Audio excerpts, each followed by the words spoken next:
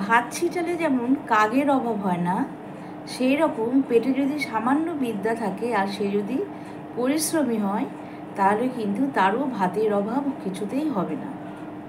এই প্রসঙ্গ নিয়ে একটি গল্প আজকে আমি তোমাদের কাছে শেয়ার করছি। চ্যানেলে যারা নতুন আছো এবং নতুন যারা আমার গল্প শুনছো, তারা প্রত্যেকে আমার গল্পটা শোনার পরে প্লিজ একটি সাবস্ক্রাইব করে দেবে এবং লাইক দিয়ে আমার পাশে থেকো।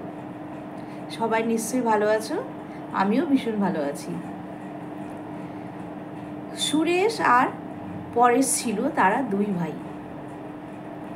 তারা ছোটোর থেকে একসাথে বড় হওয়া, পড়াশোনা করা, খেলাধুলো করা, তাদের বাড়ির অবস্থা ছিল মোটামুটি। নুন আনতে পান্তা ফুরোতো না, কিন্তু তার বাবাকে প্রচুর পরিশ্রম করে অর্থ উপার্জন করতে হতো। তার বাবা কিন্তু সকালবেলায় বেরোতো, সারা দিন কাজের পরে রাত করে সে বাড়ি ফিরত।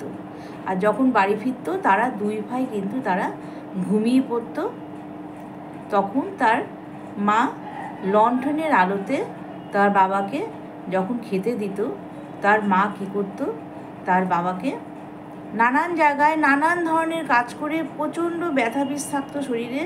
তার মা কী করতো, সেখানে কোনো দিন গরম সেঁক লাগাচ্ছে, কোনো দিন মলম লাগিয়ে দিচ্ছে, এই করে করে তাকে যত্ন করতো। এবং সেই রাতে ওর বাবা ফিরলে তারপরে ওর বাবা মা একসাথে খাওয়া দাওয়া করতো। এবং সেখানে মায়ের পাতে কিন্তু সব কিছুরই পরিমাণ থাকতো খুবই অল্প। তো সুরেশ আর পরেশ কিন্তু বিছানায় তখন চলে যেত। তাদের একটা মাত্র রুম ছিল, সেখানেই কিন্তু খাওয়া দাওয়া, পড়াশোনা, রান্না এভাবে তাদের চলতো। কিন্তু সুরেশ ছিল বড় ছেলে। সুরেশ কিন্তু বাবার এই পরিশ্রম সে ছোটোর থেকেই বুঝতে পারে যে বাবাকে অক্লান্ত পরিশ্রম করে। এই করে করে সুরেশ মুখ বুঝে কোনো রকমে মাধ্যমিকটা পাশ করলো। কিন্তু পরেশ পড়াশোনায় খুব ভালো ছিল, সে কিন্তু বাবার এই পরিশ্রমের ব্যাপারে কোনো কিছু বুঝতেই পারতো না। সে ভাবতো যে আমার সব কিছু বাবা মা খেয়াল রাখছে, আমি পড়ে যাবো, এই করে সে পড়াশোনা চালিয়ে যেত। কিন্তু সুরেশ কিন্তু বাবা মার এই কষ্ট খুব বুঝতে পারত। আর ওর বাবা যখন খেতে বসতো, সুরেশ কিন্তু চুপচাপ করে তার বাবা মায়ের কথোপকথন শুনত এবং মনে মনে খুব কষ্ট পেত। একদিন দেখে ওর বাবা খেতে বসছে, তার মা ওর বাবার পিঠে মলম লাগিয়ে দিচ্ছে। তার বাবা বলছে যে দেখো, আজকে আমি 3 গাড়ি ইট নিয়ে এক বাবুর বাড়িতে পৌঁছে দিয়ে এসেছি।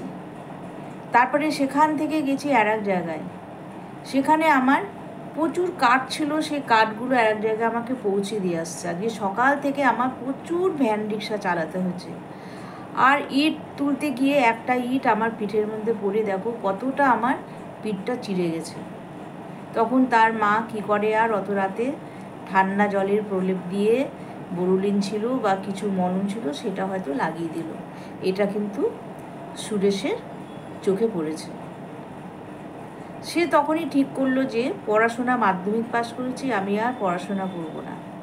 আমার পেটে তো কিছুটা বিদ্যা আছে, এই বিদ্যাতেই আমি অন্যান্য কাজে মন দেব। বাবার এত পরিশ্রম, এত কষ্ট আমার আর সহ্য হচ্ছে না, বাবার সাথে সাথে আমিও কাজে যোগ করব।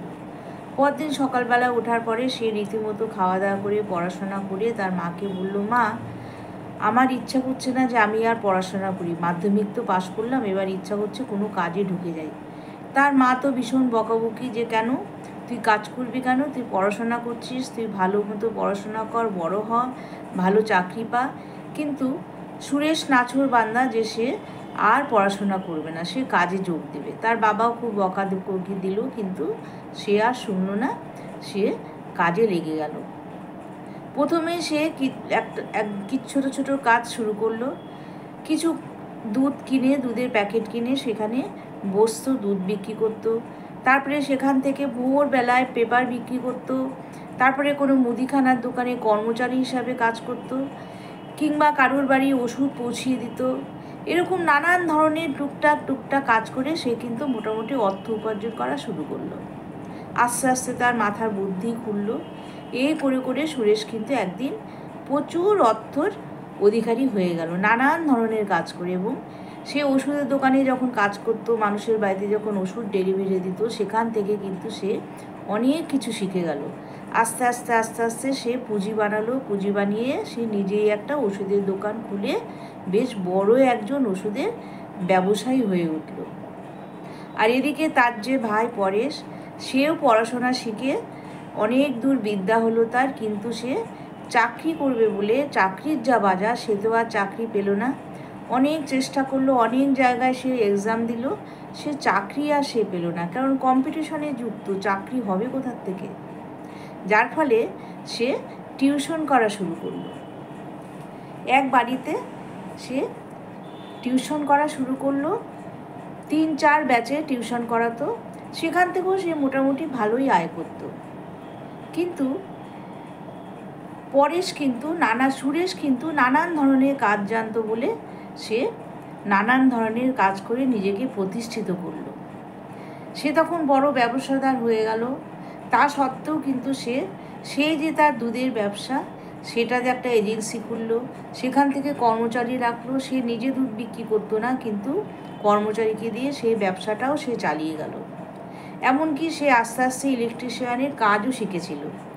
সেখান থেকেও কিন্তু অনেক কাজ করত। কোথাও ওয়ারিং হলে, কোনো ফ্ল্যাট হলে সেখানে তাকে ডাকতো, সে কাজ করতো। এরকম নানান ধরনের কাজ কিন্তু সে শিখে গেল।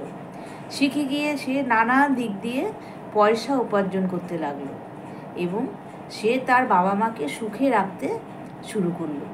সে তার বাবাকে বলল যে, বাবা, আমরা এখন 2 ভাই বড় হয়েছি, দেখো না আমার কত বড় ওষুধের দোকান, আর আমি কত ধরনের কাজ করে কত জায়গা থেকে ইনকাম করছি, তোমার তো এখন আর পরিশ্রম করার দরকার নেই। সত্যি তার বাবা সেদিন খুব খুশি হয়েছিল ছেলেদের মুখে এই কথা শুনে। তার বাবা কিন্তু এখন আর কাজ করে না এবং তারা খুব ভালো মতো খায়, ভালো পড়ে। তার মারও কিন্তু প্রচুর সুখের দিন এখন। দিনের শেষে রাতেবেলা যখন তারা সব কিছু ভাগাভাগি করে খেত, সেই দিনটা কিন্তু এখন আর নেই। তাদের সুন্দর বাড়ি হয়েছে, তাদের বড় ডাইনিং টেবিল আছে, সেই ডাইনিং টেবিলে বসে তারা 4 জন খাওয়া দাওয়া করে, নানান ধরনের গল্প করে, বাড়িতে চাকর বাকর আছে। সেই আগের দিন কিন্তু তাদের আর নেই। তো আজকে সুরেশ কিন্তু জেদ করেছিল বলে সে কিন্তু নানান ধরনের কাজে লেগে গেল এবং সে কাজ শিখেছে বলে, কাজের সমস্ত কিছু জানে বলে সে নানান দিক দিয়ে অর্থ উপার্জন করতে লাগলো। যার ফলে কি হলো, তার কিন্তু কোনো ভাতের অভাব হলো না এবং সে কিন্তু আরও 2-3 জনকে খাওয়ানোর ক্ষমতা রাখলো। তাহলে বন্ধুরা, এই গল্পটার মানে এটাই যে আমরা বলি না, ভাত ছিটালে কাকের অভাব হয় না। সেরকম যারা নানান ধরনের কাজে এনগেজ হয়ে যায়, শুধু চাকরি করে তারা দিন না কাটিয়ে, যদি চাকরি না পায় তাহলে তো বয়সের শেষ সীমায় পৌঁছে যাবে। সেইটা না করে যদি নানান ধরনের কাজে এনগেজ হয়ে যায়, নানান ধরনের কাজ শিখে ফেলে, তাহলে কিন্তু আর যদি অলসতা না থাকে তার মধ্যে, তাহলে কিন্তু সে জীবনে অনেক অর্থ উপার্জন করতে পারবে এবং বিশালভাবে সে জীবনে দাঁড়াতে পারবে এবং বাড়ির অবস্থা ফেরাতে পারবে।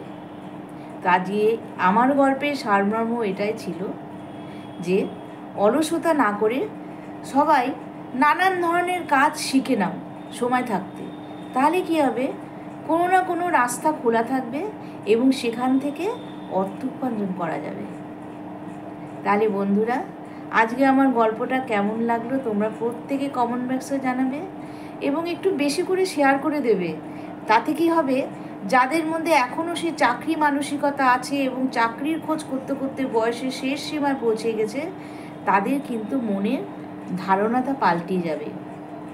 আর যদি চাকরি করে তাহলে তো খুবই ভালো, কিন্তু যারা এই রকম মানসিকতা নিয়ে নানান কাজে লেগে যাবে, নানান দিক দিয়ে তারা অর্থ উপার্জন করতে পারবে। একটা দিক যদি বন্ধ থাকে তাহলে একটা দিক তারা খোলা রাখতে পারবে এবং সেখান থেকে অর্থ আসতে থাকবে। তাহলে আজকে আসি, আবার কালকে আসবে একটা নতুন গল্প নিয়ে। টাটা।